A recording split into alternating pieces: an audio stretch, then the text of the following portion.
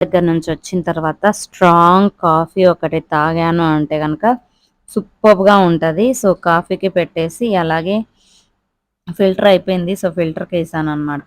పాలు వేడి చేసిన లోపల ఫిల్టర్ దిగుతుందని చెప్పేసి. వంటింట్లో ఉన్నానంటే అటు ఇటు తిరుగుతూ, అమ్మకెళ్ళి చూస్తూ, అమ్మని చూస్తూ మురిసిపోతూ ఉంటాననమాట నేను. వంటింట్లోకి అడుగు పెట్టానా కంపల్సరీ నా చూపు అమ్మ పైకి వెళ్ళిపోతది ఆటోమేటిక్‌గా నాకు తెలియకుండానే. ఇక్కడ నేను పువ్వు చూపిస్తున్నాను చూడండి. నేను లలిత సహస్రనామం చదువుతుంటే ఐశ్వర్యాంబిక అమ్మ పువ్వు కిందికి వేసేసిందనమాట. "అమ్మ నువ్వు ఆశీర్వదించావా తల్లి" అని చెప్పేసి ఆ పుష్పాన్ని నేను మళ్ళీ అమ్మకి పెట్టలేదు. నేను పెట్టేసుకున్నాను. ఏదైనా సరే అమ్మ పుష్పం ఇచ్చిందంటే మనం పెట్టుకుంటేనే మేలు గదండీ!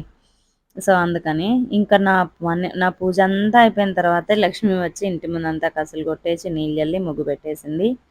ఇంక బయటికి పోయి ఒక 2 దానిమ్మ పూలైతే తెచ్చి అమ్మకైతే సమర్పించేశాను.